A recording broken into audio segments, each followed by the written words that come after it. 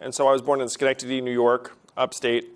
And my father was a physicist who generated 69 US patents over his career for GE and IBM. And so I tell people, it's like immigrants are really good because immigrants come over and get things done. And like my father generated 69 patents for American companies. That's a win, I would say, for the US. So now that I'm running for president, like I've learned more about the Asian American place in society. And one thing that scares the heck out of me is that this country is heading towards becoming majority minority by 2045. That's 27 years from now. And so there's a very happy notion in some quarters that the country will just become more tolerant as it gets more diverse. You just figure the math will take care of it. Because if you have enough people, everyone will just have to get along. Unfortunately, that is not really the way things play out if you look at historical examples. There are very, very few examples in human history of a dominant racial or ethnic group giving up its dominance over time. That actually is not normal. That's not normal behavior. And so if you look at what's happening right now in this country, you can see an increasingly insecure white majority becoming more and more hostile, truly.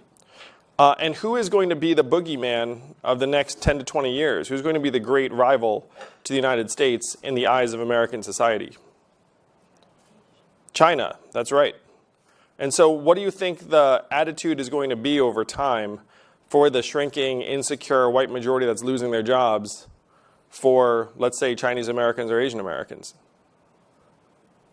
I personally, I said to a group at Harvard, I think we're one generation away from falling into the same camps as the Jews who were attacked in a synagogue in Pittsburgh, like just a couple months ago. It's like we're probably one generation away from Americans shooting up a bunch of Asians saying, like, you know, damn the Chinese because there's a giant Cold War or even more with China.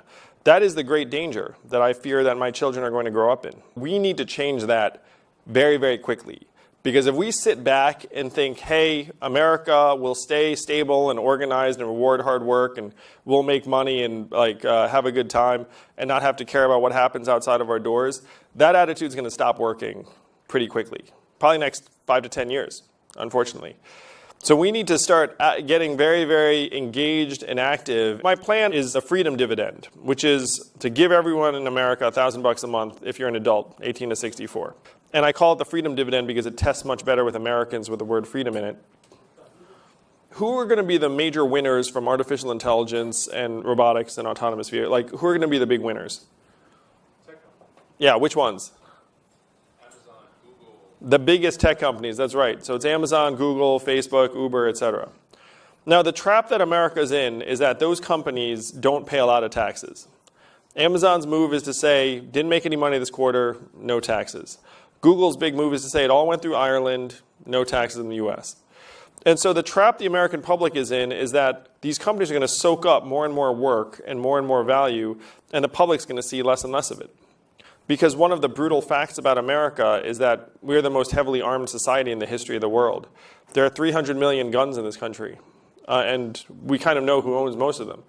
And so if you don't have something like a basic income, you're going to end up with a really, really incredibly dark, violent, tumultuous time. Iowa is almost entirely white. It's like 94% white. If you're in an environment that's that predominantly white, your racial hostility towards Asians or any other group is almost non-existent. Because if you're in an environment that's that white, you just feel comfortable all the time. And then if like someone of another race comes and you're like, oh, that's cool, like, and then you just talk to them. Like, I've been there now 6 times, going back for the 7th time. Racial hostility, non-existent. You need more non-whites in an environment for the racial awareness and hostility to like get up to a level where it's actually problematic. Immigration, it will probably surprise none of you that I'm very pro-immigrant. I'm very pro-immigrant. I'm very pro-immigrant. Like many of you here in this room. Like you thought, hey, if I can go anywhere, I'm going to go to America. Because America's got the best opportunities, the richest, best schools, like all this great stuff. And so, again, I'm the opposite of Donald Trump. So Donald Trump's like, stay out, build a wall. I'm like, if you come to this country and get a diploma, we're going to staple a green card to every diploma. Because it makes absolutely no sense to educate you and then send you back to your own country where you have to, like, that's stupid. Now, I'm pro-immigrant also for undocumented immigrants, where we need to create a path to citizenship.